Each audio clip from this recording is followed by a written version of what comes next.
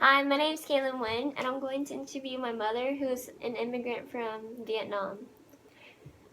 Hi. So, when did she come to the U.S.? Well, it's a long story, actually, but since you asked, I'll go ahead and give you a little bit of history. Okay. Okay, so we came here in April of 1975. The reason why I remember that time frame is because my younger brother, Uncle Tang, he was born 3 days after, well, 3 days before we actually left Vietnam. So if we had actually hung out, like stayed there for a few more days, the war would have been over. But, unfortunately, well, actually, it's fortunately that we left because if we were to stay while after the war, it would have been a lot more devastating for our family. You know what I mean? But I'll explain that in a little bit. So going back to how we got here, my younger brother, Uncle Tang, was born, and Grandpa, which is my father, actually had to go get permission from his. He was he was a platoon leader Yeah. for the U.S. And so he basically sought out, the Viet Cong, like all their hiding places and stuff like that. Uh-huh. So anyway, while after Uncle Tang was born, he had to go back to his unit to basically get additional days for permission in order, to stay longer. So right after he left, we heard word. We were staying around on the beach side of the country, just so that if there was any problems or any war, we were able to escape, pretty quickly. Which this is the case. It's what happened. So we had heard, and it was all women and children, by the way, because they all stayed with one of the aunts who had a house in the beach. So we had heard that the Viet Cong were coming. So the first thing grandmom and all her sisters did, and all the kids was rounded up all the kids up and took them out to this boat that we had you know stationed out in the ocean, Yeah. just as a like I said, as a temporary solution in case there was a need to escape. So when we got on the boat, all women and children with a whole bunch of kids, you know fortunately, a few hours after we went to sea, the Navy, the U.S. Navy, came by and picked us up, and then took us as refugees to the Guam, which is a U.S. territory, and that's where we stayed. Temporarily until we knew exactly what was going to happen, whether we go to the U.S. or we go back to Vietnam, or whatever the case is. So while we left, grandfather, who was, remember, on his way at the time to go seek permission to extend his stay, heard that our town was going to be bombed, so he rushed back to our Warner? village. I like warn y'all. Well, no, I think he was like, you have to realize that he's a platoon leader, so he heard word that the Viet Cong were coming to his village, and so obviously he's rushing back. Unfortunately, when he rushed back, it was after the bomb. They had bombed that whole entire area, and so there were like no life there. The boat that we were on was actually pirated and killed and burnt. I think, I'm not sure. So imagine just having a couple of days with your whole family, enjoying your new born child, to a couple of days later where you heard that you don't have any family anymore. Like everyone was wiped out. So it was really, really devastating for him. I think I wouldn't even know what to imagine.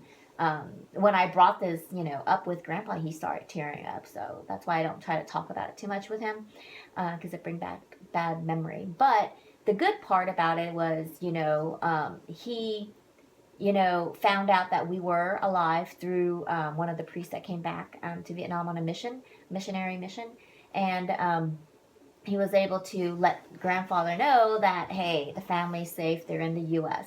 So we immigrated again back in April of 1975, just a couple of days before the war would have ended.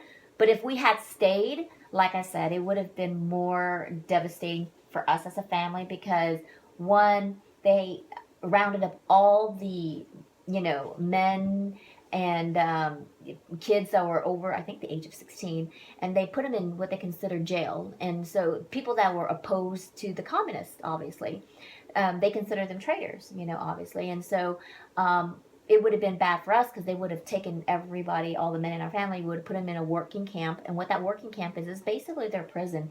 You are actually working. You're building, homes and roads and whatever So they they're want like you to do. slaves? Yeah, pretty much, and it's not like, at the U.S. you're staying in prison and you're just chilling the day away. You're actually in a secluded area in the woods where they're making you, do physical labor. And if you don't do it, they beat you up and they probably kill you, Mhm. So thankfully, we escaped all of that. Grandfather, again, on the other hand, went into hiding.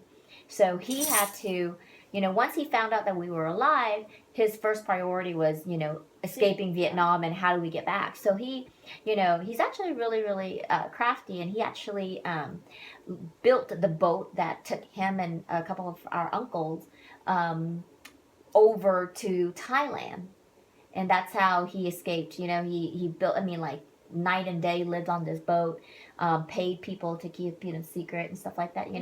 And then went over to Thailand, and from Thailand, at that time, this has been 5 years later, we were able to sponsor him, back in, and Grandma was able to sponsor him to come over. All right, sorry, that was kind of long winded. So you were like a small child, right? I was 2 years old. I forgot to say that. Yeah. So my brother was born 3 days, and I was 2 years old. So I really don't really remember anything. Honestly, I don't. All of my family, like immediate family members, when we left, all the aunts and all the cousins came. So it was just the uncles that, stayed back, but they all came over 5 years later, 1980. And so the fact is that I don't really know anybody that's still over there in Vietnam. Even if I did have relatives, it's not like here where we talk to them all the time. I wouldn't know who they were. But I do want to go back one day just because, again, just it's part of history and who you are.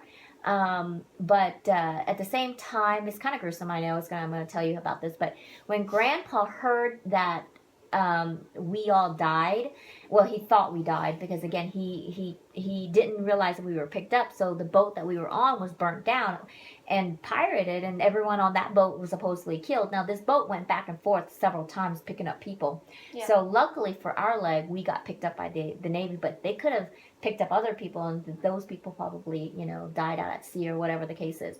But anyway, so he thought we were all dead, and so he actually built these little gravestone markers for each one of our family members. And so I'm thinking about, I want to go back one day. Just, I don't even know if it's still there or not, but maybe it's kind of, like I said, it's kind of gruesome, but maybe to see my marker and see, your tombstone.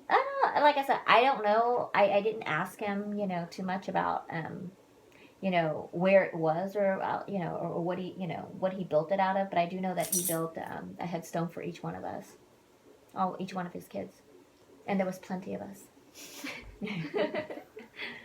So, being the war, that would probably be the political push factor that made you come to immigrate here in the U.S., right? Yeah. So by push factor, you mean I had no choice? Yeah. Pretty much.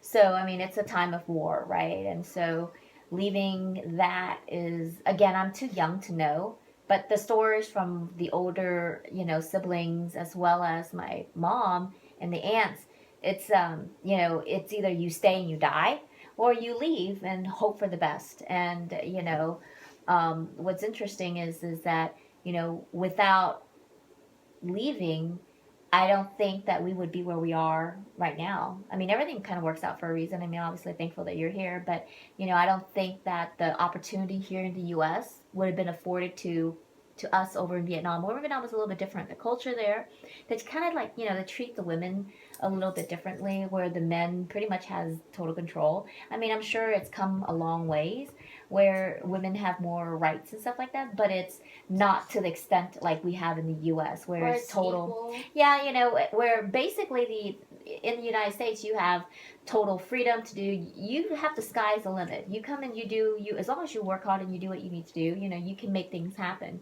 Over there, it's a little bit different. People, bribery is huge over there. You know what I mean? And so it's just a lot differently. And plus, it's a communist country, and so if you don't play the political game, they could pretty much jail you at any particular time that they want to.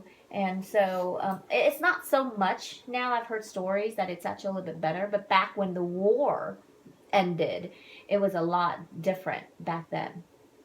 So. Mm-hmm. So there are Ravenstein laws, and one of the laws I believe that you guys followed is that you were from a rural place to an urban place. Is this true or? No? Yes, and so okay. So again, it's all a little bit differently. Parts of our family, we grew up in and around Saigon, which is the downtown, the capital, right?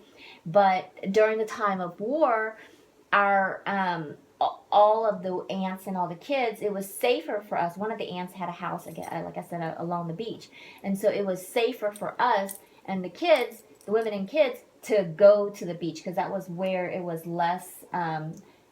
Likely to get hit with the war, but unfortunately it did get hit.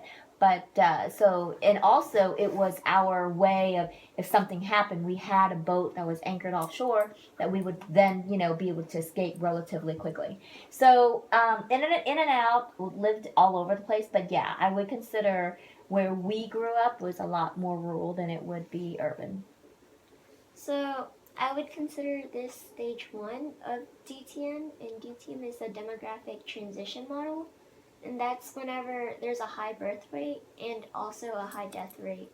Yeah, because people were being born, but at the same time it was a war, so I'm pretty sure it that caused people were. A lot of deaths. Yeah, too. a lot of deaths so too. It probably even out. It canceled each other probably out. Yeah, So yeah, I agree. So. What do you like about the U.S.? As I mentioned earlier, I mean, it's a, land of opportunity, right? And so, like I said, I don't think we would be where we were if we stayed in Vietnam. Who knows?